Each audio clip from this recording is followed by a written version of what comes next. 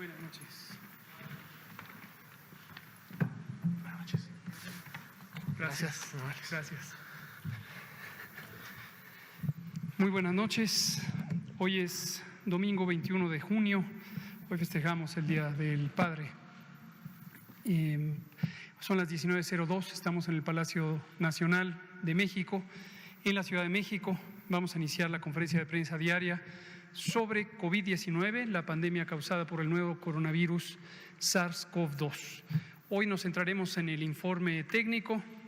Tenemos un video precisamente alusivo al Día del Padre que nos comparte InMujeres, la doctora Nadine Gassmann, titular de presidenta de InMujeres, a quien apreciamos mucho, a la doctora Nadine Gassmann. Y después abrimos a preguntas y respuestas. Le pido al doctor Alomía si es tan amable de presentar el informe. Con su permiso, señor secretario. Muy buenas tardes a todas y todos. Bienvenidos a la conferencia vespertina número 114 en este día ya 21 de la nueva normalidad. Un saludo también a todos los padres en sus respectivos domicilios que nos están viendo, que sabemos que el día de hoy se quedaron a guardar sana distancia, pero a pasarlo bien con los que estaban en casa. Veamos la siguiente diapositiva. Precisamente es el semáforo de riesgo COVID que caracteriza a la nueva normalidad, a través del cual podemos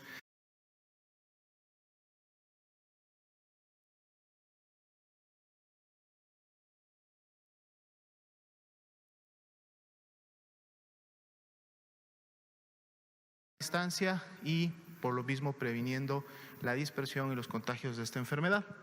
Este es el semáforo que se presentó el viernes pasado. Ahora tenemos 17 entidades en el nivel de riesgo alto, que representa el naranja, y tenemos 15 entidades en el nivel de riesgo máximo, representado por el color rojo. Vamos a repasar rápidamente, es importante que los tengamos muy presente, las actividades que podemos realizar de manera limitada y aquellas que no podemos realizar durante toda esta semana que está iniciando el día de hoy. Veamos la primera diapositiva. Nos regresamos a la parte de precisamente de los hoteles. Los hoteles ya sabemos, cuando estamos en rojo, solamente 25% de aforo, dirigido a personal que está en actividades laborales esenciales. En rojo están cerradas sus áreas comunes, están cerrados sus restaurantes, solo pueden dar atención a domicilio. Sin embargo, en naranja ya tenemos una mayor apertura, en este caso del 50%, también pueden abrir áreas comunes con este limitante al 50%. En el caso de restaurantes y cafeterías, en nivel de riesgo máximo rojo, cerradas, pueden dar sus servicios a domicilio, preparar los alimentos para que pasen a llevarlos, y en el caso de los restaurantes que están en hoteles pueden dar el servicio solamente a la habitación, permaneciendo cerrado en rojo. En naranja ya puede haber una apertura con un aforo del 50%, un aforo que cada uno de estos servicios, de estos negocios, debe de controlar hacia el interior para poder o permitir que se dé la sana distancia y que lógicamente la atención de las diferentes personas se haga con medidas sanitarias. En el caso de barberías, peluquerías, estéticas, etcétera, en rojo pueden brindar servicios a domicilio.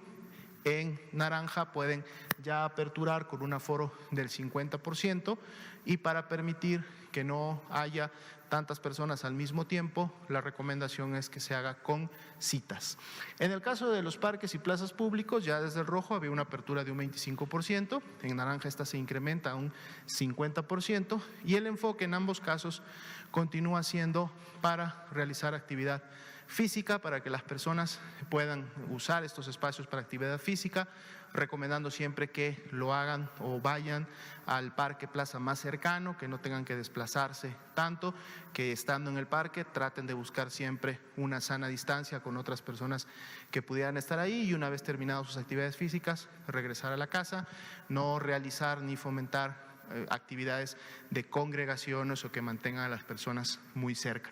En el caso de los mercados, supermercados, pues es una actividad esencial, las personas tienen que adquirir sus alimentos, sus insumos de limpieza, por lo tanto desde el rojo siempre se permitió un aforo del 50%, ahora en naranja este aforo sube a un 75% y continúa la indicación de que solo ingrese una persona por familia para que así se pueda mantener la sana distancia al interior de estos comercios. En el caso de estadios y aquellos lógicamente que se utilizan para los juegos profesionales, los equipos pueden realizar sus partidos a puerta cerrada, esto quiere decir con estadios vacíos, sin personas, no debe haber lógicamente ningún tipo de actividad que congregue masivamente a las personas porque eso puede ocasionar transmisión importante de la enfermedad. Y esto para los dos colores, tanto en rojo como en naranja. Veamos la siguiente diapositiva. Todas estas actividades están cerradas en rojo, no se deben de realizar. 15 entidades federativas van a estar en rojo esta semana, por lo tanto no deberían de realizar este tipo de actividades, pero aquellas 17 que están en color naranja sí pueden realizarlas con ciertas limitaciones. Por ejemplo, en el caso de los spas, los gimnasios, pueden ya tener un aforo de un 50%, pero además también una metodología de citas para poder dar el distanciamiento suficiente, así como los tiempos necesarios para la limpieza de todos los equipos y todo lo que se utiliza para este tipo de actividades. Cines, teatros, museos y eventos culturales de menor de 500 localidades pueden empezar con un aforo mínimo que es del 25% en naranja, y esto precisamente para dispersar al interior a las personas y se pueda mantener esta sana distancia. En el caso de centros comerciales igual, 25% de aforo, y este aforo lógicamente se debe de controlar en el sentido del ingreso que las personas hacen a los diferentes locales que puede hacer un centro comercial. En el caso de sitios de culto, iglesias y de todas las denominaciones, 25% también de aforo. La idea es que esto también permita que al interior la gente se pueda sentar de manera dispersa, que no haya congregación grande de personas y que las medidas de sana distancia se mantengan siempre presente al interior. Y concentraciones masivas, como serían por ejemplo conciertos o similares, o inclusive los bares y comercios similares, estos sí todavía se mantienen cerrados en ambos niveles de riesgo, tanto el nivel alto como nivel máximo, ¿sí? Bien, pasemos entonces ahora a la diapositiva del panorama mundial. Nuevamente sin cambios, ya tenemos más de 2 semanas en las cuales lo que estamos observando realmente es una mantención de la epidemia, de la pandemia activa a nivel mundial, que además está focalizada en la región de las Américas. Podemos ver que ese porcentaje del 54.8 prácticamente se ha mantenido en ese nivel en estas últimas 2 semanas. Por lo tanto, quiere decir que no ha habido una disminución como se ha visto sí en otras regiones del mundo. En el caso de las Américas, los casos activos, porque estos representan 1.044.979 personas, representan aquellos que iniciaron con signos y síntomas en los últimos 14 días. Y todos los días que vamos presentando esta información, vemos cómo es el mismo número prácticamente y la misma proporción. Eso quiere decir que cada día que pasa siguen contagiándose y siguen enfermándose un número igual de personas que salen el día 15 y por lo tanto la pandemia activa ahora sí que se mantiene activa y se ha mantenido activa durante prácticamente las últimas 2-3 semanas. Veamos la siguiente diapositiva, que son ahora los números de la República Mexicana. 479.528 son las personas que ahora han ingresado a protocolo de estudio. Como parte de este protocolo de estudio se les ha tomado una muestra de laboratorio precisamente para confirmar o descartar la presencia del virus SARS-CoV-2. En 242.393 se descartó con un resultado negativo. En 180.545 hasta el momento, que son los casos acumulados confirmados, precisamente se encontró el virus y por lo tanto son los casos confirmados de la enfermedad. El día de hoy también se actualiza el número de funciones, 21.825 son las personas que hasta el momento lamentablemente han perdido la vida a causa de las complicaciones de COVID-19 en México. Veamos la siguiente diapositiva, son las barras que en su momento representan la carga acumulada de casos confirmados en México, es decir, estos 180.545 que además nos dan una tasa de incidencia por cada 100.000 habitantes de 141.3. Este hemos visto que ha sido incrementando y continuará incrementándose en la medida que la carga acumulada continúe haciéndolo. Aquí podemos ver, 2 son las entidades federativas que acumulan la mayor carga de casos confirmados, Ciudad de México y México. Recordemos también que tienen una gran densidad poblacional, lo cual también lógicamente está relacionado con el hecho de la gran cantidad de carga de casos que tienen en este momento. Ya con un rango mucho mejor y lógicamente con poblaciones también menores, tenemos a Tabasco, a Veracruz, Baja California, Puebla y Sinaloa que se mantienen en ese rango por encima de los 6.000 casos al menos que hasta el momento se han acumulado.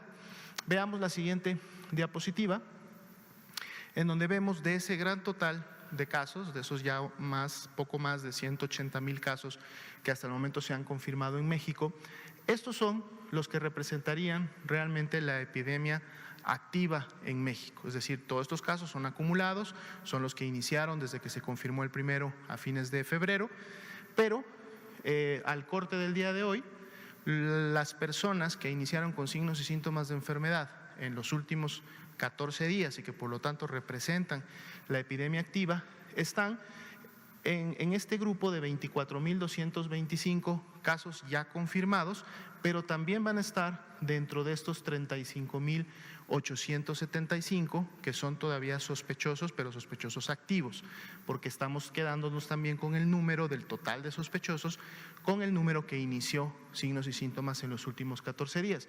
Si vemos nosotros las barras, el orden en las que están las entidades federativas de izquierda a derecha representa la carga confirmada, es decir, los 24.225 casos activos y en orden descendente. Pero vean ustedes que cuando entonces sumamos o agregamos las barras de color naranja claro, que son estos 35.875 también sospechosos activos, pues tenemos una expectativa en donde muchas entidades federativas, como es el caso de Sonora, que estaba hasta el final, Sinaloa, que estaba del medio a la derecha, Guerrero, Michoacán, Coahuila, ¿sí? Independientemente de su carga confirmada en los últimos 21 días, tienen una expectativa bastante grande de confirmarse en base al porcentaje de positividad, al menos la mitad de toda esa carga sospechosa activa que todavía tienen, pues tranquilamente pasarían a formar parte de los estados que estarían concentrando la mayor carga de enfermedad activa y por lo tanto contribuyen en los últimos 14 días a la mayor actividad de la epidemia en México. Entonces, veámoslo siempre con esa perspectiva. Veamos la siguiente diapositiva. Aquí tenemos las 21.825 defunciones que hasta el momento se han confirmado.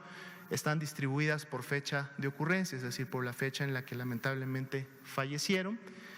Vimos una pendiente claramente ascendente que se dio prácticamente hasta la quincena de mayo. Ya desde la última semana de mayo y lo que va del mes de junio hemos tenido una estabilidad que es alta, que todavía no muestra un descenso. Estos últimos días no hay que tomarlos muy en cuenta porque son los días en los que todavía se están notificando las defunciones, como de hecho lo vamos a ver ahorita en una siguiente diapositiva. Y además podemos ver en el color naranja claro que está sobre las barras azules la perspectiva precisamente de poder todavía tener más defunciones confirmadas, dado que al corte del día de hoy tenemos 1.892 que todavía no tienen un resultado de laboratorio emitido y por lo tanto ahí tendremos más defunciones confirmadas. En la siguiente diapositiva veremos las defunciones distribuidas por entidad federativa donde ocurrieron y también en un orden descendente en función de cuáles son las que concentran la mayor carga de estas y así también la expectativa en el color naranja claro de dónde vamos a tener todavía incremento en el número de defunciones en los siguientes días en la medida que se vayan estas confirmando. Veamos la siguiente diapositiva. Ustedes de seguro notaron en relación a las estadísticas de ayer y las estadísticas de hoy que tuvimos 1.044 defunciones que fueron notificadas en las últimas 24 horas. Es un grupo que comprende defunciones que son notificadas, otras que son defunciones que ya estaban notificadas como sospechosas y salió el resultado de laboratorio. Sin embargo, la mayoría de las que componen este grupo de 1.044 realmente son notificaciones nuevas que se dieron y que, como vamos a ver en este gráfico, prácticamente la gran mayoría de ellas están distribuidas en el mes de mayo. Son defunciones que ocurrieron en el mes de mayo. Luego sigue un grupo que ocurrió las primeras semanas de junio y tenemos realmente en los últimos días menos defunciones que han ocurrido. Si vemos la siguiente diapositiva va a ser más claro. Aquí vean cómo estas 1.044 defunciones se distribuyen por la fecha en la cual ocurrieron. Como comentábamos, el mes de mayo, aunque no son los picos tan altos, pero si sumamos el total de defunciones que hay en el mes de mayo, son la mayoría, y si sumamos las que se dieron las primeras 2 semanas, 3 semanas de junio, también son la mayoría. De hecho, si ustedes pueden ver, el pico que tenemos en los últimos 2, 3 días está dado por las defunciones que en su momento han estado ocurriendo ya en una media observada de las últimas semanas y en donde además se encuentran pues las defunciones que notifica la Secretaría de Salud y otras instituciones.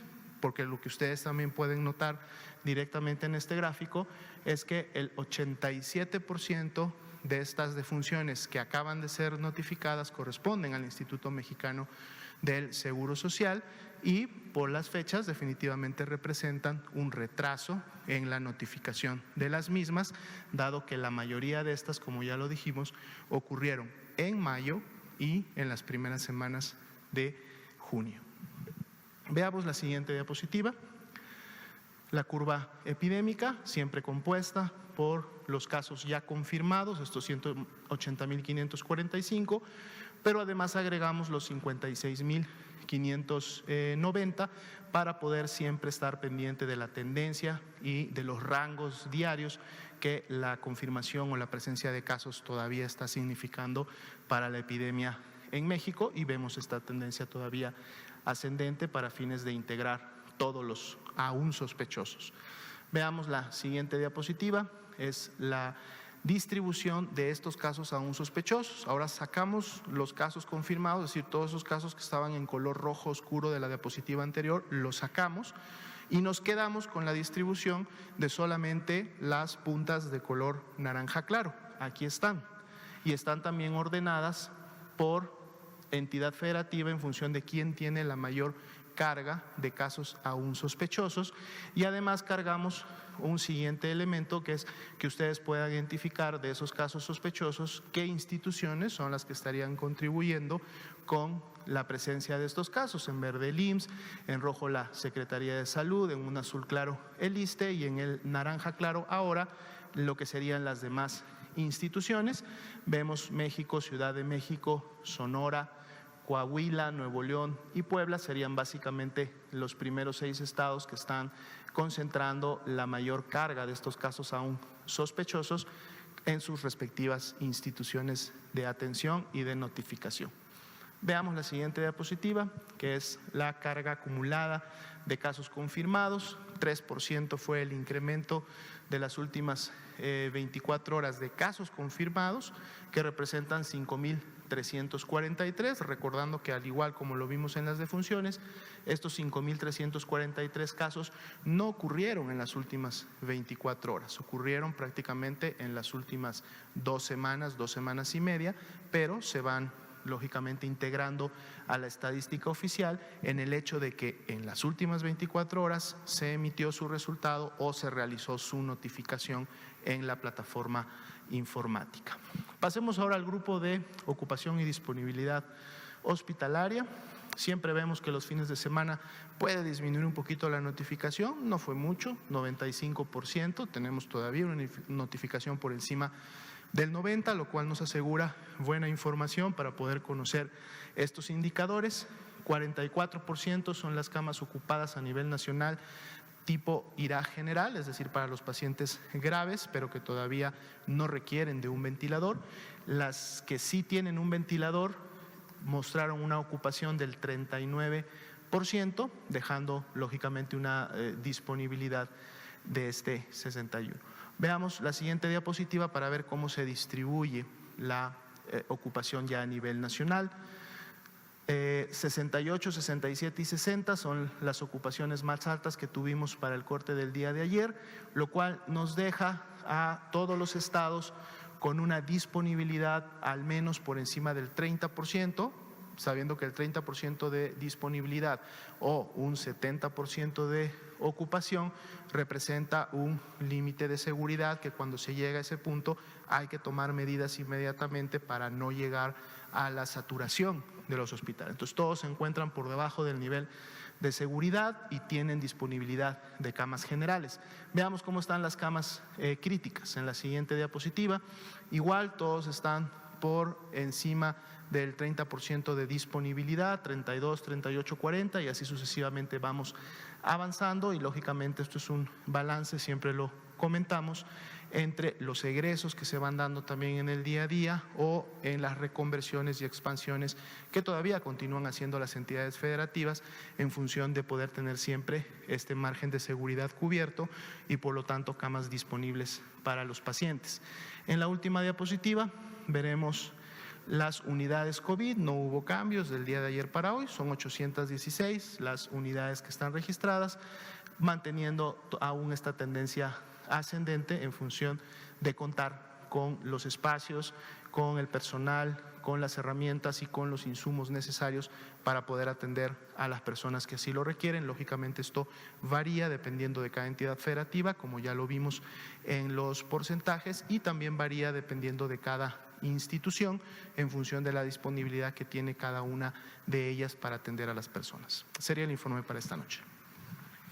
Muchas gracias, doctora Lomía.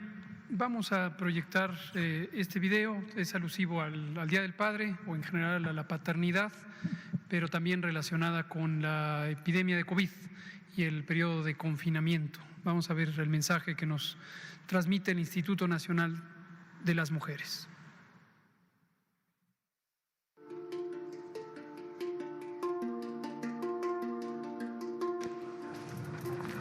Con eso de la pandemia, mire, como nosotros tenemos que trabajar, pues ahora sí que nuestro trabajo es diario en la calle, en la vía pública, pues la verdad mi papá es el único, bueno, mis papás son los únicos que se quedan en casa. Los que están más digamos, encerrados son mis hijas, pues, y mi esposo, porque yo sí tengo que salir a trabajar para poder vivir. Cuando uno sale a la tienda de la esquina se siente un aire muy raro porque todos cerca están preocupados. A mí me toca cocinar porque me encanta la cocina, sábados, domingos, y los días que estoy temprano en la casa luego le digo a mi esposa, le digo, si quieres yo cocino en lo que tú te dedicas a lo demás.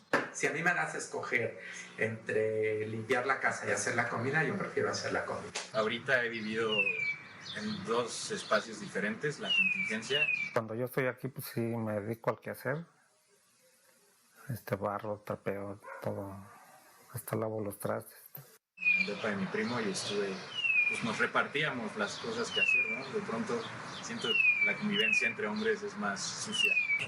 La señora que nos ayuda no está viniendo con frecuencia, entonces todas las tareas de limpieza de la casa las tenemos que hacer nosotros. Nosotros no hacemos nada más que jugar videojuegos o hacer tarea. Un día a uno de mis hermanos les toca lavar los trastes todo el día, luego al otro, luego a mí, y así, pero mi mamá se encarga de hacer la comida. Yo soy el encargado de los gatos.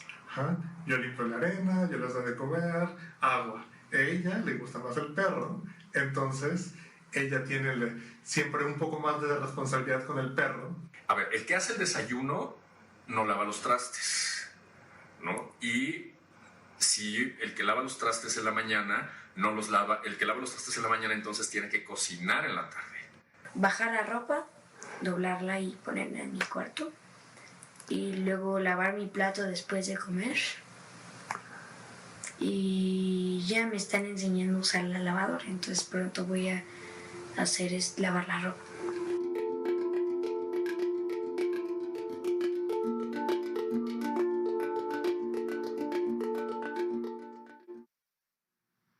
Gracias, doctora Nadine Gassman Silverman, presidenta de Mujeres. Un mensaje en relación al Día del Padre y la pandemia sobre masculinidades posibles, distintos modelos, distintas perspectivas, pero siempre buscando la igualdad. Abrimos a preguntas y respuestas. Daniela Pastrana. Juan, empieza primero Juan, luego Daniela, luego usted. Perfecto. Adelante, Daniela Pastrana, pie de página. Gracias. Había quedado pendiente la pregunta sobre el tipo de sangre en relación con COVID y en Yucatán están preocupados por el aumento de las cifras, de los números de contagios. Nos preguntaron si puede haber algún tipo de afectación especial por el paso de la tormenta Cristóbal, si eso implica algo, tiene alguna relación y si hay alguna cosa que hayan ustedes detectado con referencia a eso. Muchas gracias. Muchas gracias. Sobre lo que quedó pendiente del tipo de sangre, y hoy vi que algunos periódicos de circulación nacional lo retomaron. Es un estudio muy complejo. Es un campo muy especializado de la inferencia estadística o de la epidemiología, que es la epidemiología genética. Trataré de describirlo de manera muy simple. Es un estudio que se hizo para buscar si existe una asociación entre cierta estructura de los genes, es decir, un segmento muy amplio de los genes humanos. Los genes son las componentes de la hebra de DNA, el material genético que nos define nuestras identidades biológicas y moleculares en buena medida. Y tratan de ver si esto se relaciona, ciertos patrones de la secuencia del DNA de los seres humanos se relaciona con desenlaces adversos en el caso de COVID. Y es un estudio retrospectivo, es decir, primero identificaron a los casos, personas que habían estado enfermas, esto lo hicieron en España y en Italia, y encontraron personas que podían ser comparables con ciertas características o respecto a ciertas características, la existencia de comorbilidades como diabetes, el intervalo de edad, el sexo, entre otras características, y entonces compararon unos y otros. Unos son los casos, son personas que tuvieron enfermedad grave, COVID grave y estuvieron hospitalizados, y otros son los controles. Y comparan unos y otros respecto a la estructura o la secuencia de letras, se puede decir, del código, de la secuencia de genes en segmentos particulares, aunque es una comparación muy, muy amplia, y en particular se centran a un segmento de la extensa hebra del DNA que codifica o da las características de la señal para el tipo sanguíneo.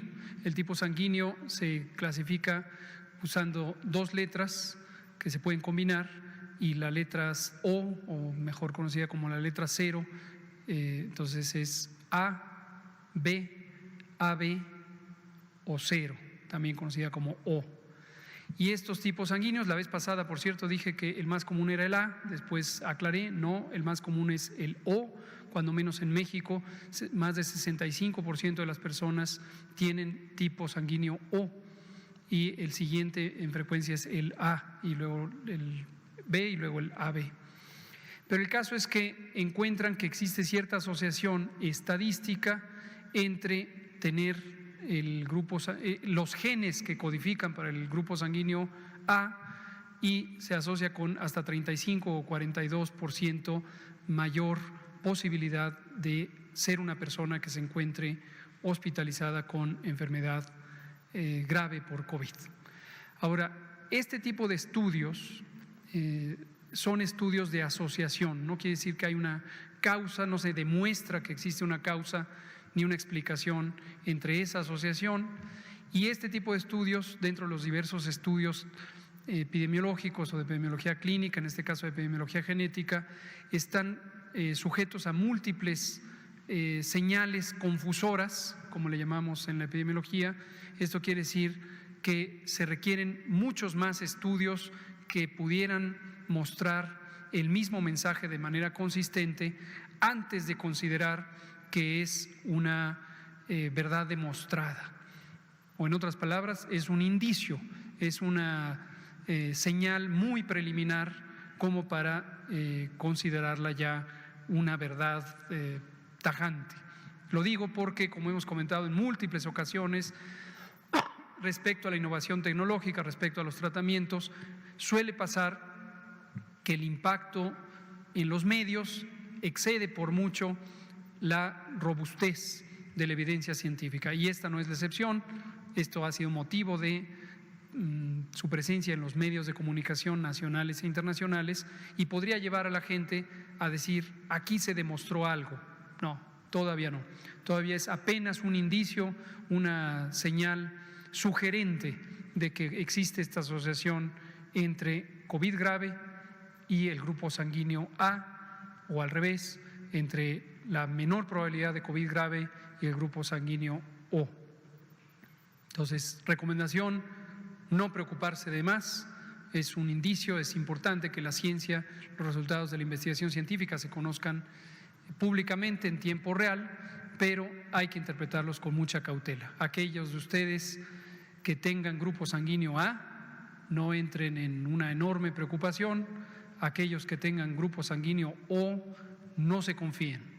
Sigue siendo mucho más determinante el hecho de tener más de 60 años, enfermedades crónicas como diabetes, hipertensión, obesidad, tabaquismo, inmunosupresión.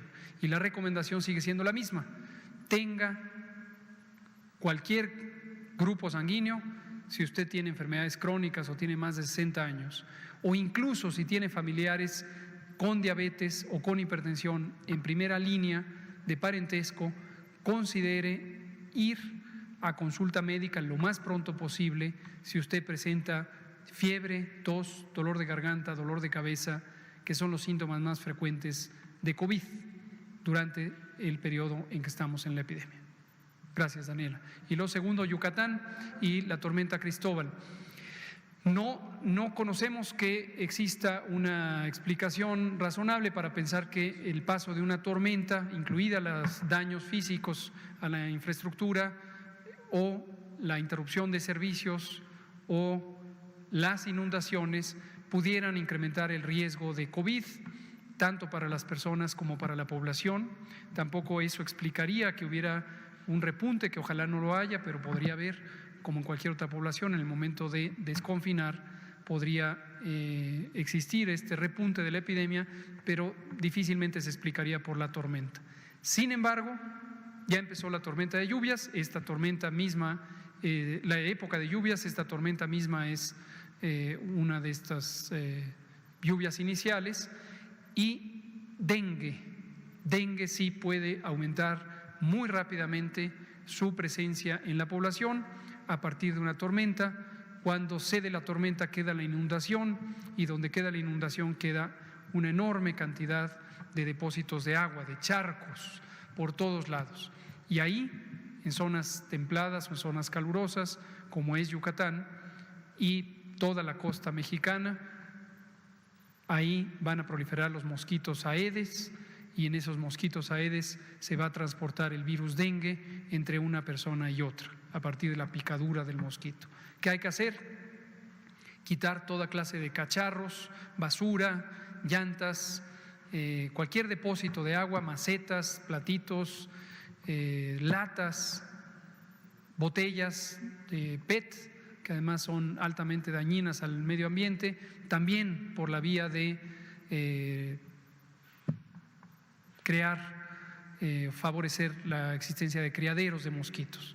Hay que lavar todos los patios, quitar toda la basura, tapar los tinacos, las piletas, o eliminar depósitos de agua que no estén más de 2 días abiertos, porque pueden favorecer el crecimiento de las larvas del mosquito Aedes y por lo tanto el dengue. Gracias, Daniela. Juan Hernández. Gracias. Buenas noches. Juan Hernández del periódico Basta y de Grupo Cantón. Dos preguntas. Bueno, una es una lectura precisamente aquí de redes donde dice así. Le comparto que en casa no entendemos por qué si seguimos en aumento, la Ciudad de México mantiene cerrado todos los espacios y el gobierno del Estado de México anuncia que va a abrir espacios el próximo 23. No entendemos. ¿A quién le hacemos caso? Es el de una familia como la de miles de familias que están en esta continua confusión entre los semáforos. No se trata de pelear con los gobiernos, ¿no? Pero es el ciudadano promedio el que está padeciendo precisamente esta situación. ¿Salimos o no salimos? ¿Nos cuidamos o no nos cuidamos? Esa sería la primera. Y una segunda, si me lo permite. Muchas gracias, Juan. Como usted ha señalado en otras ocasiones, le agradezco estas preguntas porque siempre ayudan a justo visualizar qué está pensando la ciudadanía, qué está pensando usted, qué le preocupa, qué entiende de ver tantos colores, tantos semáforos, uno aquí, otro en la Ciudad de México, otro en el Estado de México, otro en el estado donde usted vive. Y no me extrañaría que hasta la presidenta o presidente municipal del municipio en el que vive ponga otro semáforo. La sugerencia es no le preste más atención a los colores del semáforo que a la prevención. Lo importante es prevenir y hay medidas, hay intervenciones, hay acciones, comportamientos muy sencillos y muy directamente relacionados con usted. Está en sus manos el prevenir el COVID. Para usted, para su familia, para sus vecinos, para los demás. Retomemos algo que hemos dicho una y otra vez, que es más importante que pensar en los colores del semáforo. Sana distancia. La sana distancia hoy, mañana, dentro de un mes, dentro de un año, seguirá siendo importante para disminuir la probabilidad, el riesgo, la posibilidad, la oportunidad de que usted se contagie o si usted tiene COVID, que usted contagie a alguien más. La sana distancia especialmente es respecto a su cara, porque en su cara está su nariz y su boca y sus ojos, que son los sitios por los que entra el virus.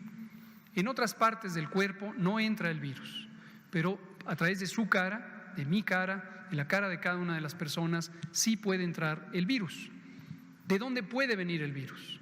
De otra persona, de otra persona. No le va a venir de una mascota, no le va a venir de un objeto físico, no le va a venir generalmente del aire, pero sí de la cara de otra persona. Si la otra persona habla, tose, grita, canta, estornuda, esa persona va a proyectar gotas de agua, gotas de saliva, gotas de secreciones respiratorias. Y hay tres formas de esas secreciones. Gotas grandes, que son visibles, gotas muy pequeñas, que son difícilmente visibles, y aerosoles. Aerosoles. Aquí tenemos todos enfrente de nuestra cara aerosoles de esas secreciones respiratorias. Si la persona que está cerca de usted tiene COVID, tiene al virus SARS-CoV-2 en su garganta, en su tráquea, va a proyectar ese virus. Y si esa persona está demasiado cerca de usted, usted va a recibir en su cara, ojos, nariz y boca, va a recibir las partículas líquidas que contengan el virus, o usted las va a proyectar a alguien más. Entonces, sana distancia es manténgase a 1,5 o mejor 2 metros de distancia. Si va a platicar con un familiar, con un amigo, con una colega del trabajo, manténgase preferentemente a 2 metros de distancia y va a disminuir mucho la probabilidad de que se infecte. Segundo, lávese las manos continuamente. Lávese las manos continuamente con agua y jabón. Lo preferente es agua y jabón. No se preocupe si no tiene una botellita de alcohol gel a la mano. Si tiene agua y jabón, eso es lo preferente. Eso es lo preferente. Agua y jabón. Hágalo de una manera ordenada durante 20 segundos preferentemente, pero hágalo continuamente, 2, 3, 5, 7, 20 veces al día. Si no hay agua y jabón, puede utilizar alcohol gel, pero insisto, es muy preferente el agua y el jabón. Tercero, si a usted le sorprende un estornudo, no lo puede controlar o quiere toser porque siente irritación de la garganta, no estornude en forma abierta, no se tape con las manos, tápese con el brazo, porque al taparse con el brazo evita contaminar las manos y transferir el virus a la mano de otra persona que a su vez se lo llevará a ojos, nariz o boca. Cuarto, si siente usted malestar o tiene fiebre o tiene tos o tiene dolor de cabeza y parece que se está enfermando, quédese en casa, quédese en casa. Y quinto, si usted no tiene que salir, que sea indispensable, como tener que trabajar porque es la fuente de su sustento y su trabajo ya está abierto, o conseguir los alimentos, o atender a una persona en necesidad crítica, quédese en casa, no salga a pasear, todavía no salga a pasear. Todo esto aplica independientemente del color del semáforo. Entonces, el semáforo es un mecanismo que ayuda a identificar el riesgo en las poblaciones, en cada estado, en cada ciudad. Pero no pongamos más atención al semáforo que a la vida diaria, que a lo que podemos hacer nosotros, por nuestros familiares, por nuestra comunidad y por el conjunto de la población. Eso es lo que le diría a la colega que amablemente le escribe por redes. Es una familia, pero bueno. Saludos a esta familia. Y una segunda pregunta también de redes. Doctor, ¿usted cómo se visualiza después de la pandemia? ¿Va a seguir en la OMS o se va a lanzar algún cargo de elección popular? Mi vida propia es un poco intrascendente. Yo aquí cumplo un papel al servicio del país, al servicio de una función gubernamental. Mi entrenamiento es en epidemiología de enfermedades infecciosas y en eso me formé. Lo que me ha ayudado en mi formación lo pongo al servicio de la patria, del país, de la población, espero del mundo. Esta invitación a la que me integré al Comité de Expertas y Expertos de la Organización Mundial de la Salud en el Reglamento Sanitario Internacional es una misión puntual. No tengo que irme a Ginebra, como algunos han pensado. No necesito ir, podré seguir ejerciendo el encargo que tenga encomendado. En el momento en que ya no tenga este encargo, pues haré alguna otra cosa. ¿Mande? Y bueno, en el momento en que acepté la amable invitación de la Organización Mundial de la Salud, ya entra en funciones, me irán dando instrucciones. Hasta el momento no hay ninguna específica, porque no hay una sesión específica de los comités que derivan de este panel de personas expertas. Gracias, por favor. Buenas noches, doctor. Mi pregunta es referente a lo que tiene que ver con las unidades médicas de salud. En la nueva normalidad, ¿esas unidades se van a utilizar? Porque hay comunidades como Iztapalapa, como Ecatepec, que el gobierno lleva ese tipo de instrumentos de salud porque son insuficientes para atender a la población. Entonces, mi pregunta es si va en cuanto a ello, y los doctores que estaban atendiendo estas unidades, ¿qué pasa con ellos? ¿Tiene usted conocimiento si están en algún centro o perdieron su trabajo? Porque las comunidades tienen 3 meses que no hay ese tipo de servicios. Entonces es una necesidad para todas las comunidades. Muchas gracias. Efectivamente, esto lo mencionaba Juan Hernández hace un par de días.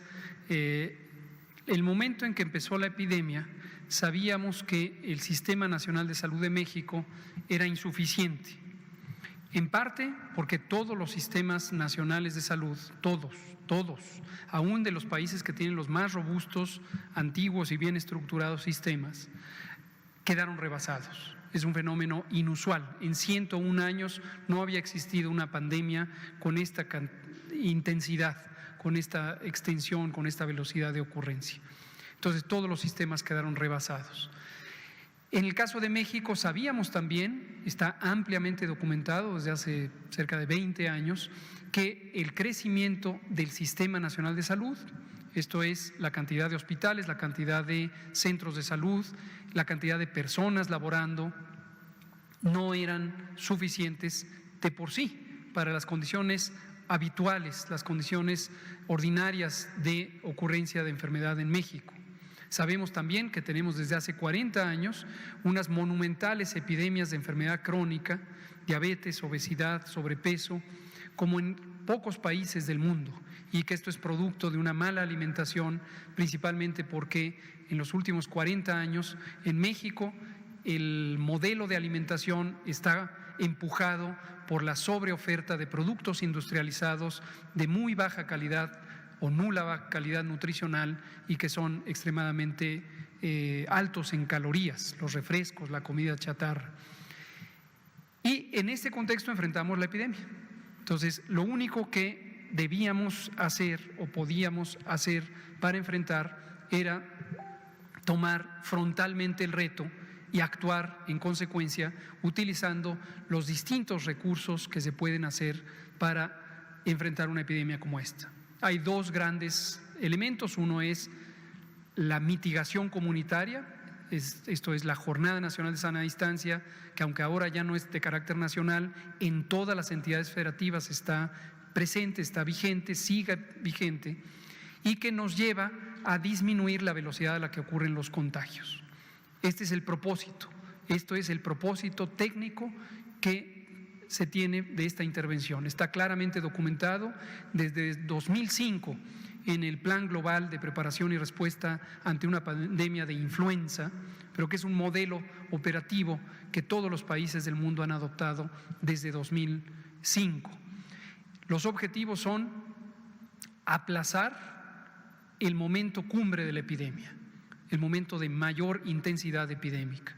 Hemos explicado múltiples veces, incluso de manera gráfica, que si no hubiéramos hecho la Jornada Nacional de Sana Distancia o la hubiéramos hecho después, como ocurrió en algunos países, no habríamos logrado el objetivo, y lo logramos.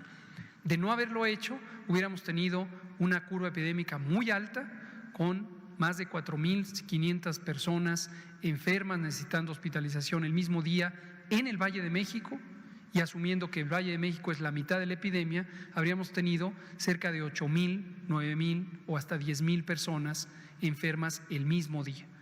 A nivel nacional teníamos no más de 1.800 camas de medicina crítica. No hubiéramos podido recibir a 9.000 o 10.000 personas en el mismo día, más las que se acumulan porque ya estaban hospitalizadas. Y se hubiera colapsado el sistema de salud, y con el sistema de salud se habría causado un gran problema a la población. Afortunadamente, ninguna persona con COVID grave ha quedado sin la oportunidad de encontrar una cama, dado que la ocupación hospitalaria no ha rebasado el 80%, como lo mostramos todas las noches. El segundo objetivo fue disminuir la cantidad de personas enfermas en el mismo día. Es decir, no solo que no ocurrieran pronto y nos diera tiempo de expandir la capacidad hospitalaria, sino que no ocurrieran muchas el mismo día. Y redujimos, tomando nuevamente el ejemplo del Valle de México, que es la mayor curva epidémica, logramos una reducción de 80% en la cantidad de personas que se hospitalizan cada día. El número total de personas que finalmente tengan la enfermedad podría ser el mismo. Hemos dicho de todas las maneras posibles. Desafortunadamente, una cosa es lo que uno desea, lo que uno aspira, y otra cosa es lo que realistamente se puede lograr, a pesar de que se hagan todas las medidas que se recomiendan. Y las epidemias no se pueden parar de un momento a otro, y desafortunadamente epidemias de esta magnitud no se pueden evitar, aunque todos quisiéramos eso y aunque algunas personas están empeñadas en que esto es una verdad, pero no lo es, y eso se puede demostrar ampliamente. Entonces, lo tercero que sí se puede lograr, además de posponer el momento cumbre de la epidemia y reducir el número de infecciones diarias y por lo tanto casos, por lo tanto hospitalizaciones, es que haya una mayor capacidad, aumentar la capacidad hospitalaria. Para aumentarla se hacen múltiples reorganizaciones del sistema de salud en cada uno de los hospitales y en el conjunto, cómo operan los hospitales.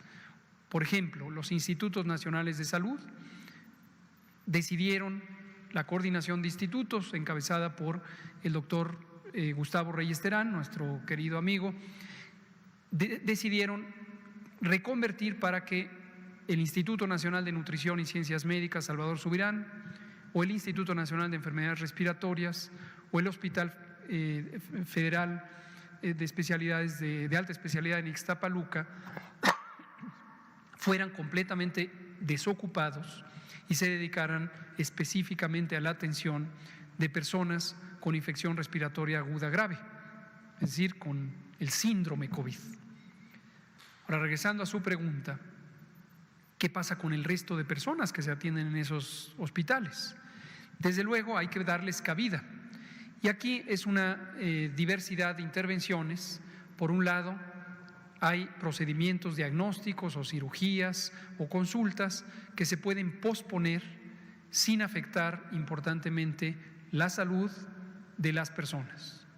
Por ejemplo, con las personas que padecen diabetes e hipertensión, en el Seguro Social se decidió anticiparles la dotación de medicamentos, que tradicionalmente se entrega en forma mensual, se les dio durante 3 meses y se les ha vuelto a surtir cuando fue necesario. Esa es una de las medidas. Y la otra medida importante es destinar a algunos hospitales, de por sí todos están muy saturados, pero lograr expandir un poquito más su capacidad, haciendo más eficientes los servicios, por ejemplo, de consulta externa. Y entonces, si una persona estaba habituada a ir a este hospital y el hospital se volvió COVID, pues ahora le toca este otro hospital. Pero nadie ha perdido los derechos de atención. Finalmente, esto de la epidemia del COVID sigue activa, y en octubre, cuando estará terminando, de acuerdo a las predicciones, viene la temporada de influenza. La influenza es una enfermedad causada por otro virus diferente, pero que da una enfermedad muy parecida al COVID grave y también al COVID leve. Fiebre, tos, dolor de garganta en el caso leve, y en el caso grave, neumonía, una enfermedad grave que afecta la capacidad de los pulmones para incorporar oxígeno a la sangre. Eso, independientemente de que sea influenza o sea el COVID, que repuntará probablemente en octubre, noviembre, diciembre, enero, febrero y marzo, va a requerir que haya camas de terapia intensiva personal. Por cierto, en materia de personal, también en un tiempo históricamente corto, hemos logrado a través del Instituto de Salud para el Bienestar reclutar 45,000 profesionales de la salud. Nunca había ocurrido eso, nunca. Al contrario, había una carencia de más de 240,000 personas profesionales de la salud. Entonces, todos estos son reconversiones. Estaremos manteniendo las reconversiones, es decir, lo que ya se reconvirtió, estos más de 816 al día de hoy. Como ustedes pueden ver en el informe diario, siguen aumentando los hospitales COVID. En algunos son remodelaciones, son hospitales que quedaron abandonados y se reconstruyeron también en un tiempo muy veloz.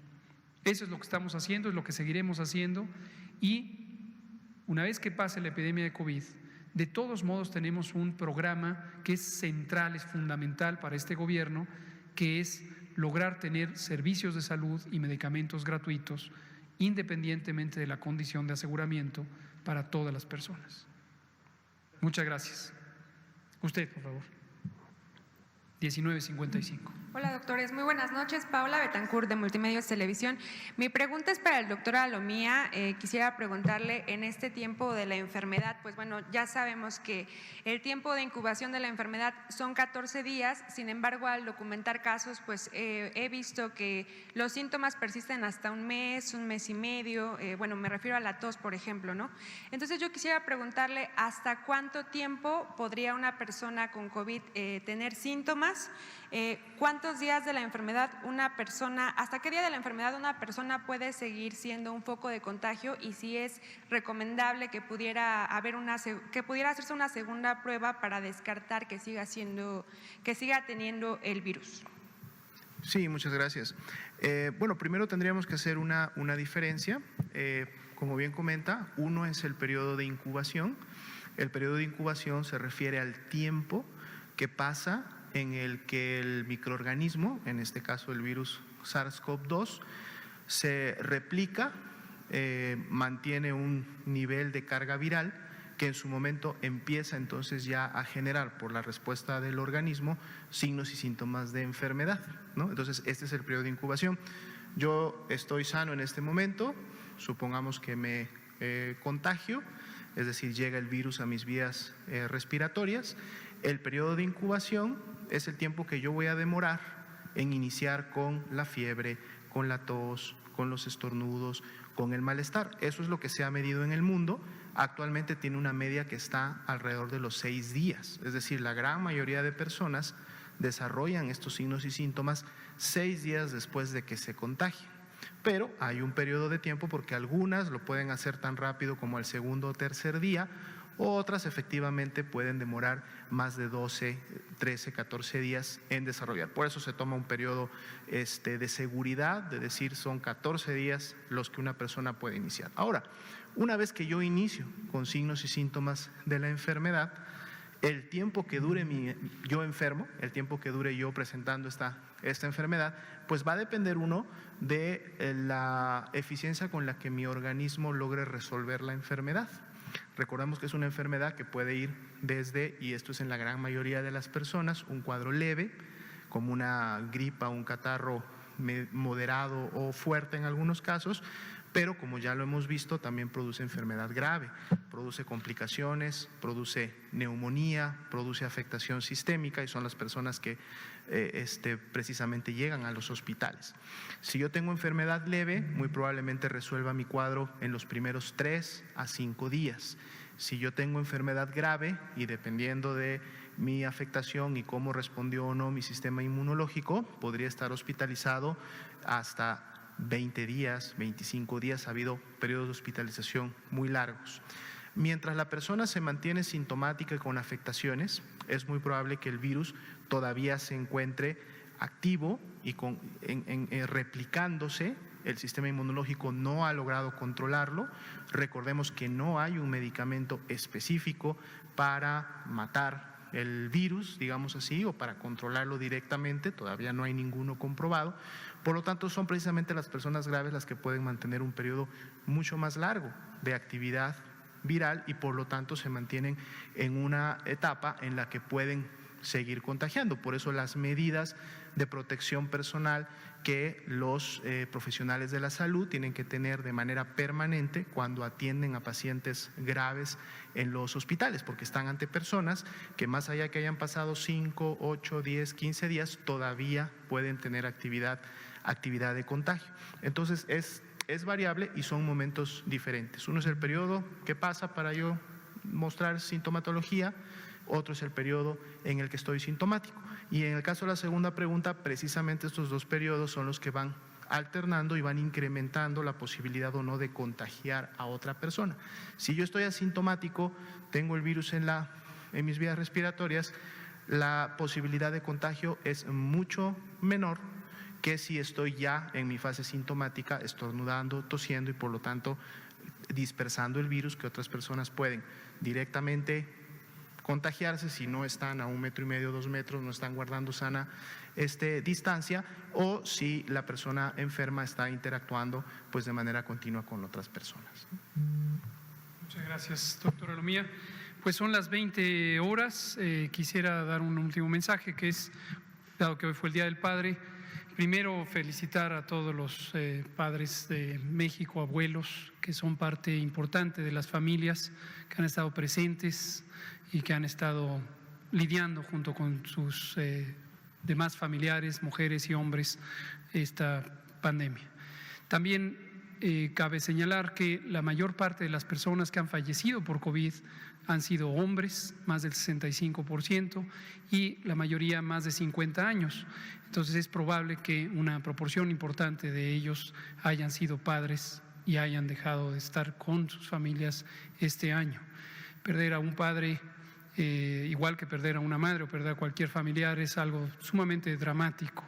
Y claro, cuando pensamos en que la epidemia tiene este curso durante esta fecha poco referencial, pues también es doloroso. Yo entiendo eso perfectamente, porque perdí a mi padre hace 21 años en un Día del Padre.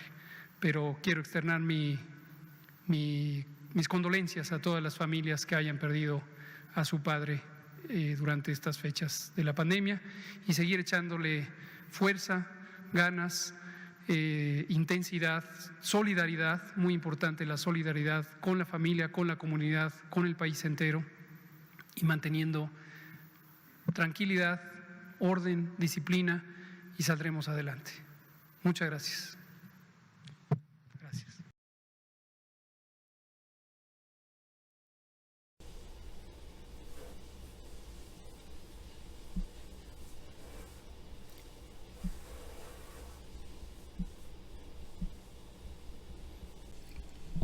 Bien. Se les cortó esto porque apreté el botón equivocado. Si están por ahí, buenas tardes.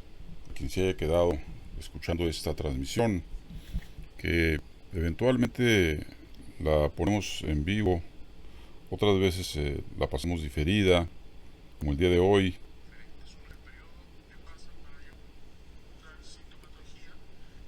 Y entonces, bueno, estamos aprendiendo a leer estas informaciones tan importantes que nos dan los especialistas. Vemos aquí la plaqueta esta a la derecha, informe que da la Johns Hopkins University, que pues es la institución que da las cifras más exactas. Y bueno, aquí en Colombia, por ejemplo, hay 2.235 fallecidos, ¿sí?, que es la mitad de lo que hay en Chile, que hay más de 4.000. Por aquí apunté a Chile también, ¿dónde está? 4.479, doble Chile el número de muertes de Colombia. Habrá que ver qué poblaciones tienen. Tengo entendido que Chile tiene 15 millones. Y esta cantidad de muertos en Chile por el coronavirus es la cuarta parte aproximadamente de los muertos en México, que tiene 125 millones de habitantes. Luego entonces no vamos tan mal en México cuando pues no ha rebasado realmente la pandemia en México. Hay las suficientes camas todavía para atender a los que vengan. En un 30% de camas normales, diríamos, están libres para ocuparse, y 30, 35, 40% en las camas de alto riesgo están también libres para habilitarse. Entonces en México se ha optado por una vía previsoria, y cuando bajan las camas, cuando más bien suben el uso de las camas, pues ya están llegando aviones de China y de Estados Unidos para traer ventiladores y otro tipo de trastos que ayuden a resolver el problema sanitario que ahora padece el mundo y sus alrededores. Vamos a ver si alguien regresó, se quedó aquí en el programa. Estaba Hazard, estaba Humberto Caspa, y bueno, ahora no se quiere apagar, quiere prender. Bueno, aquí vamos. A ver si Humberto está por ahí, que me dé una orientación con respecto a cuál es el medio más adecuado en Estados Unidos para ver quién está comentando sobre el coronavirus y sobre todo qué situaciones hay. Sabemos que hay 40 millones de desocupados, más de 100,000 muertos.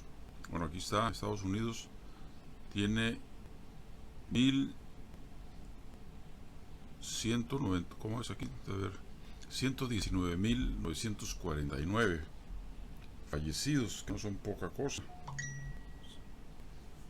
Entonces ahí se ve que no se está cuidando la salud. En otros países pequeños y muy atentos a la salud desde hace 60 años, como Cuba, no rebasan los 2 dígitos. Hoy, ayer y antier no hubo muertos ahí, ni siquiera uno. Igual Nicaragua, inclusive Venezuela, con todas las limitaciones que tienen por el asedio del norte, pues sigue con una cifra muy baja de fallecidos. Cuando la gente pregunta por qué, bueno, porque desde hace tiempo, hace 20 años, en Venezuela se está proveyendo a la gente de servicio médico. Los cubanos están ahí.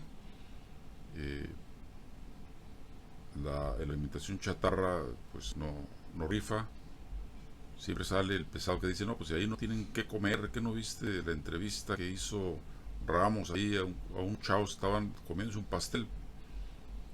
Por cierto, qué curioso, ¿no? Un pastel casi sin... Parece que a la gente no les gustan los pasteles, que lo tiran a la basura, ¿no? Pero bueno, esa es otra cosa. Entonces, vamos a ver. Ah, caramba, este lo conozco. Es un capitán, pero no he viajado nunca con ellos.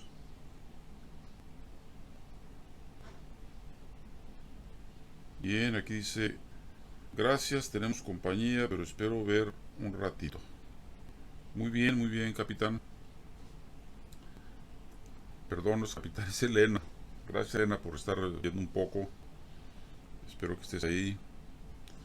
Bien, aquí estamos entonces, regresamos porque como les decía, hice una apretada de botón equivocada. Y entonces, ¿qué pasó? Pues que salimos del aire.